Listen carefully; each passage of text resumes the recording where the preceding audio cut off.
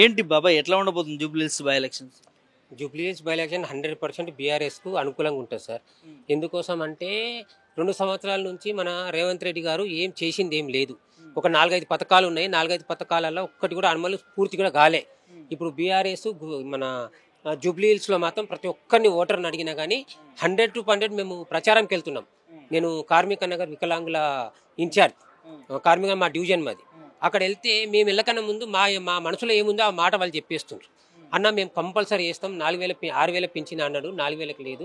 ఒక వికలాంగులు కాబట్టి మాకు చేసేటి ఇంకా చేయలేడు, 100% మన కార్కి వచ్చేస్తుంది అని 100% చెప్తున్నారు. మేము చెప్పాల్సిన ఏమైనా ఉన్నా అనుకుంటే కూడా వాళ్ళే మాకు రిటర్న్ చెప్తున్నారు. అదే ఎన్నికలప్పుడు చెప్పారు 6,000 ఇస్తాం మేము, ఇప్పుడు నువ్వు 4,000 వస్తుంది, మేము 6,000 ఖచ్చితంగా వికలాంగులందరికీ కూడా ఇస్తాము, వాళ్ళకి ఎట్లాంటి పనులు చేసుకోలేరు కాబట్టి వాళ్ళకి ఆసరగా నిలుస్తామన్నారు. మరి ఇచ్చిన మాట నిలబెట్టుకున్నాడా రేవంత్ రెడ్డి? యాడ నిలబెట్టుకున్నా 2 సంవత్సరాలు అవుతుంది. పోయిన సంవత్సరం డిసెంబర్ 3కు మా వికలాంగుల దినోత్సవం సీతక్క గారు చెప్పారు. మేము అక్కడ వెళ్ళినప్పుడు వచ్చే సంవత్సరం లోపల మీకు కంపల్సరీ 6,000 చేస్తాము, వేరే వాళ్ళకి చేయకుండా దివ్యాంగులు కాబట్టి చేస్తామని చెప్పింది. ఎవరు? సీతక్క గారు మినిస్టర్ ఇప్పుడు ఉండే, మాకు కొన్ని రోజులు ఉండే ఆమె ఇన్ఛార్జ్. ఆమె ఇప్పటికి మళ్ళీ రేపు డిసెంబర్ 3 తారీఖు 2 నెలలు ఉంది సార్. అప్పటి వరకు కూడా లేదు, ఇంకా దాన్ని అతి లేదు. పోయి మొన్న అడిగితే అపాయింట్మెంట్ కూడా ఇస్తలేదు. ఇప్పుడు అంతకుముందు అపాయింట్మెంట్ ఇచ్చింది ప్రజాభవన్లో, వికలాంగులం వెళ్తే అపాయింట్మెంట్ ఇస్తలేదు సీతక్క గారు, అపాయింట్మెంట్ కూడా ఇస్తలేదు. మొన్న పోయి అడిగితే ఇప్పుడు లేదు, ఇన్ఛార్జి లేదు, నేను సీఎంఏ చూసుకుంటున్నా శాఖ అని చెప్తుంది. సీఎం దగ్గరికి పోతే జూబ్లీహిల్స్కి పోతే ఆడ పడిగాపులు 3 రోజులు కాసిన. నా పేరు అశోక్ చారి. జూబ్లీహిల్స్లో ఆయన ఇంటికాడ 3 రోజులు ఉన్నా. పొద్దున పోవాలి బండి పెట్టుకొని, సాయంత్రం వరకు 2 సార్లు వచ్చిపోతారు, అపాయింట్మెంట్ ఇస్తలేదు. ఇప్పుడు పంచాయతీ శాఖ ప్లస్ ఇవి సీతక్క దగ్గర ఉండే మంత్రి, అది రేవంత్ రెడ్డి ఎందుకు చూసుకుంటాడు? సీతక్క రాణిస్తలేదు, ఆయననే చూస్తుండే వికలాంగులది అని చెప్పి రాణిస్తలేదు. మళ్ళీ రేపు 3 తారీఖు మీటింగ్ పెడతారంట. ఆ మీటింగ్కు మాకు ఇస్తలేరు అపాయింట్మెంట్, వేరే వాళ్ళకి కావాల్సిన అపాయింట్మెంట్ ఇస్తుంది. మీటింగ్ రానికే కూడా మేము క్వశ్చన్ వేస్తామని చెప్పి వికలాంగులు అట్లా. ఎట్లా అనిపించింది మరి ఇప్పుడు రేవంత్ రెడ్డి 2 సంవత్సరాల కాలంలో ఏమంటారు మీ వికలాంగ సోదరులు? ఇప్పుడు 100% మారైతే 99% మేమున్నాము. జూబ్లీహిల్స్ కాన్స్టిట్యూన్సీలో 4,000 మంది ఉన్నాం. మేము జూబ్లీహిల్స్ కాన్స్టిట్యూన్సీ వికలాంగులం 4,000 మంది ఉన్నాం. షేక్పేట్లో 2,000 మంది ఉన్నారు, కార్మిక నగర్లో 2,000 మంది, బోరాబండ టోటల్ వచ్చేసి మేము 4,000 మంది ఉన్నాము. 4,000 మంది కూడా వన్ సైడ్ మా బాపుకు గుద్దాలి ఓటు, కేసీఆర్ సార్ చేయాలి అని అనుకుంటున్నాం. వాస్తవానికి మీకు పింఛన్లు చాలా తక్కువ ఉండే అనుకుంటా కదా, ఇప్పుడు 500-1000 రూపాయలు ఉంటే 4,500 ఉండే.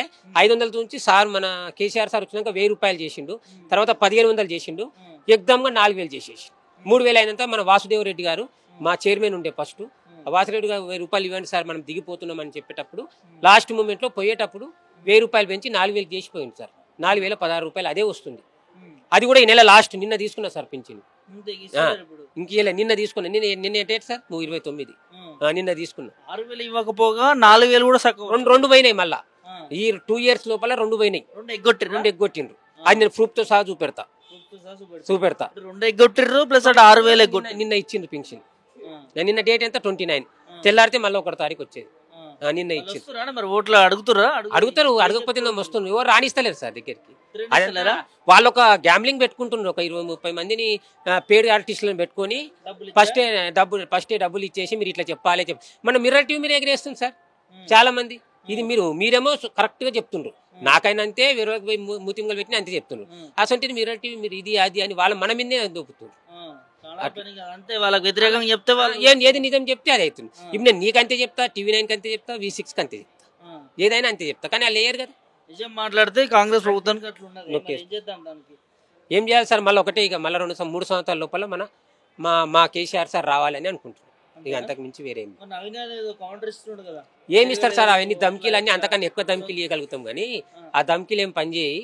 మళ్ళీ ఇప్పుడు అనలే అంటుండు అందరు ఇయ్యేటాలు కల్లా. ఇప్పుడు నేను అనలేను, బీఆర్ఎస్ వాళ్ళని ఎందుకన్నా, వేరేలను అట్లా అంటే అన్నా అని అనొద్దు. ఆయన నిలబడ్డ క్యాండిడేట్ కాబట్టి 100% దానికి ఆయనకే మైనస్ అయింది సార్, మాకు ప్లస్ అయింది, ఆయనకు మైనస్. ఏమంటారు అది? జనాలు ఇంకా జర ఇది నెగిటివ్ అయిపోయింది ఆయన మీద. ఎవరైనా నేతం అనుకున్న వాళ్ళు కూడా వేయకుండా అయిపోయింది. అంతే. అరే ఇప్పుడే ఇంత ధమ్కీ ఇస్తుండు, రేపు మేము ఒక బండి గింజో ఏదైనా పెట్టుకొని తిరుగుతా ఉంటే ఈయన మనుషులు ఇరికే ధమ్కీ ఇస్తారు సార్. వాళ్ళు మనకు తెలుసు. మాకు ఏమిస్తారు? సిగరెట్ డబ్బి దాపు అని అట్లా అంటారు. ఇక అంటే ఆయన చేయమన్నాడు, కాకపోతే ఆయన పేరు చెప్పుకోలేదు. నడుస్తుంది. 100% గెలుస్తుంది.